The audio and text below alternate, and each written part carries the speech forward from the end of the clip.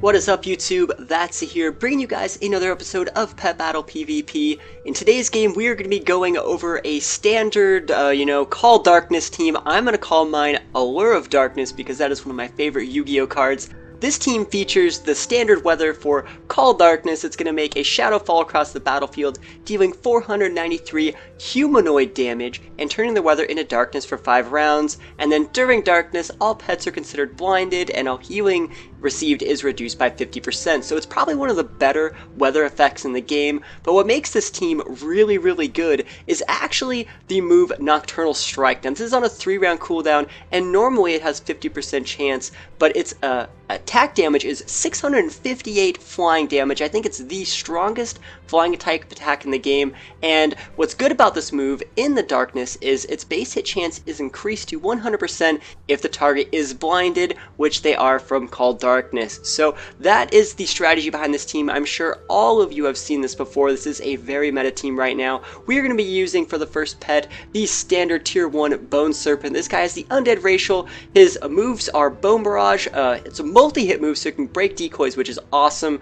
It has an 80% hit chance, which goes down to 70 in the darkness, but yeah, it's way better than Consume. So we're going to use Bone Barrage, we're going to use Call Darkness, we're going to use Nocturnal Strike, but he also has the option for Liftoff if you want to avoid those pesky Unborn Valkyries and Ghastly Kids. And then I'm actually going to be using a Crow here that is the balance variety, I think. Yeah, my Crow sucks. But you know what? It's still going to be good enough to get the point across. And also, I want to go back to the Bone Serpent here. I'm using the HH variety. Now, you can use the HH variety, the SS variety, and the PS variety. They are all amazing. I personally just think the HH is best for my team. We're going to get back to the Crow, though. This guy also has Call Darkness. He also has the Nocturnal Strike. But like I said, I am running the balance variety. And looking at the stats, I actually think this is okay. Normally, you'd want the SS Crow or, the Gilnean Raven there.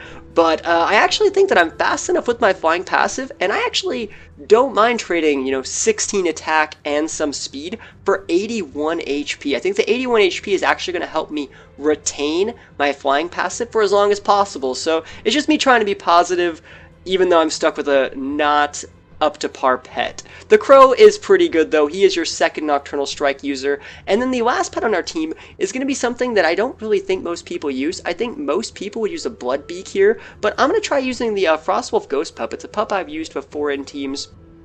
And this guy's really good because he has the move Haunting Song. It's a 4-round cooldown that is an AoE team heal.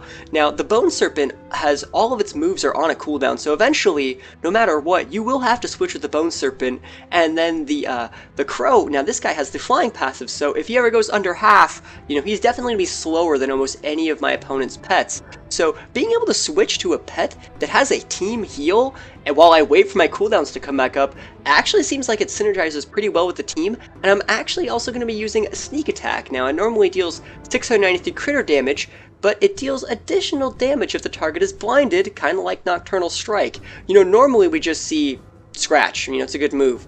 But we're going to try and use Sneak Attack. It's definitely a different pick here, but it works in this team, and I think it actually should be fun to use. Our last attack is the Ghostly Bite. It just is one of the hardest hitting humanoid attacks in the game, and this team just hits hard. I would say it hits kind of fast, but it's a different take on your standard Call Darkness team. So let's look for some games and see what we can get done. Alright, so our first game with this Allure of Darkness team is going up against Buster the Chicken, Spike the Chicken, and Skunk the Dark Whelpling. I do not know what to expect from this. This is probably some kind of weird combo team. Let's check speed tierings. Super fast, and kind of slow. I'm actually just going to always usually lead with the Bone Serpent here. The Bone Serpent is one of the best pets, and I'm going to take this opportunity to talk about how you want to organize your moves. You could always just go for the Call Darkness, Nocturnal Strike, and then Bone Barrage, but then since all these moves have cooldowns, you'll be left forcing to switch your pet. So you always want to weave in Bone Barrages whenever possible. So we're going to take an attack. It's not really the end of the world. And what's this going to do? Just deal a dot at the end of every turn. We're hitting each other with similar moves. Mine's just a little bit better one with the, percent chance to miss being somewhat of a cost. So let's just see. Let's activate the Nocturnal Strike right now. This guy doesn't have a... Sorry. Activate the Call Darkness. He doesn't have a liftoff or anything. So I feel like I'm completely okay. He's going to go for an attack reduction here. But I've already taken away his flying passive. He's still faster than everything, but not faster than my crow at this point. So I think if I hit with this Nocturnal Strike, he will get ticked down by my Bone Barrage. And normally I would want to go for a Bone Barrage here, but I'm going to try to take this this KO here as fast as we can. Oh, come on, take him out, take him out. Ah, come on, are you kidding me? Alright, let's see. I might as well just switch, to be completely honest, because he's going to get kicked out by Bone Barrage. So let's just switch pets into the Frostwolf Ghostpup, go for a little bit of a heal, and let's just see what he gets done. Let's see. Oh my gosh, did you not tick out? Oh, I'm stupid. No wonder. Yeah, that's not always going to do that much damage. I can't believe I just read that completely wrong. But anyways, okay, we have one more turn. It's okay, we'll just heal.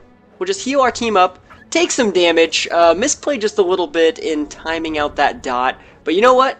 Healed some, and we ended up taking out the chicken, so it's better than nothing, I guess. We survived. So he comes in with his second chicken here, and let's check the timer on the weather. Let's get rid of that. So since the weather is darkness, let's try going for sneak attack. He isn't an elemental pet, so this should do. Boosted damage. How much damage? I really don't know because this is my first game with the pet. So normally it's supposed to do 293.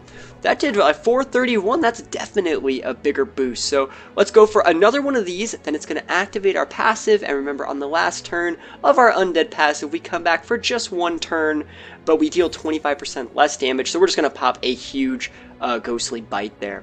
Let's see if he switches out. I don't even know what that was. He went for something.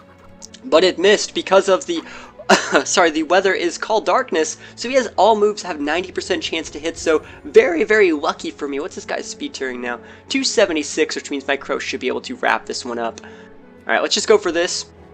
Remember, you don't want to use your Ghostly Bite until you have to, unless, like, oh, if you can get, like, a KO on something like a Nubisoth Idol in, like, the middle of the game, of course, just pop that, you know, deal, like, 1,000 damage, and it's totally worth it. Ah, did he just run? Well, I'm not done talking about the team, so let's go back into this. So with the Ghostly Bite, I don't know if I've covered this before in past videos, but you kind of just want to use this move on the turn that you come back from your passive, just because it deals a ton of damage, and it stuns you for a round, and you really don't care about being stunned for a round after you come back for just one turn and then get KO'd at the end of the turn. So what we were going to do that game was, remember, we used our heal, we kind of got our Serpent back into like 60-70% HP, and our Crow was still ready to go. So what I was probably going to do, I was probably going to send on my Serpent, use a Bone Barrage, use a Call Darkness. If I can Nocturnal Strike, I would have, and then Crow would have cleaned it up. So that was the first game. Let's see what we can find in the second game. Alright, we're going into game 2. What do we got here? We got a Nexus Whelpwing. We have Abyssius, I probably butchered that, and we have an Infinite Whelpwing. So we had 2 Dragonkin pets and a Magic pet that just hits rather hard. It is a power variety.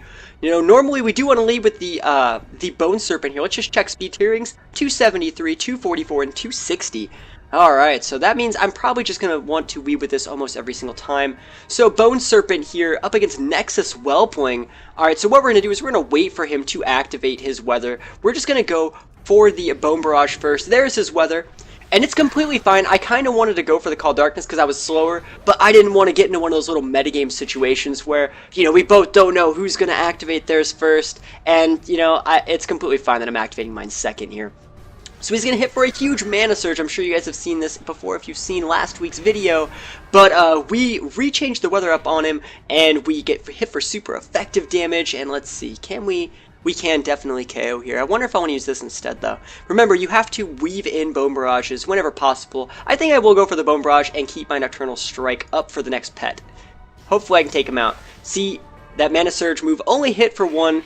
And, oh my gosh, I didn't tick him out. That really sucks. I kind of have to switch here, because if I leave this guy in, he's probably almost going to proc me, and he will, like, activate his Dragon Passive. So we have to switch out to our Ghostpup here. Kind of unfortunate here, but I will be able to finish him off. Oh my gosh, did he crit me?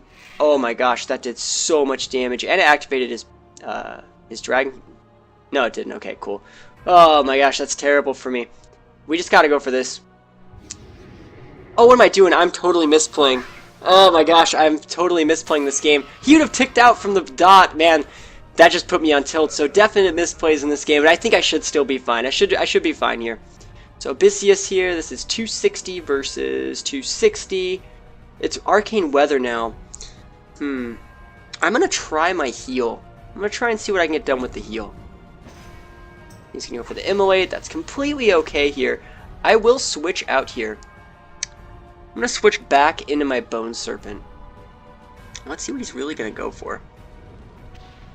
Alright, in 4 rounds, that's going to be bad.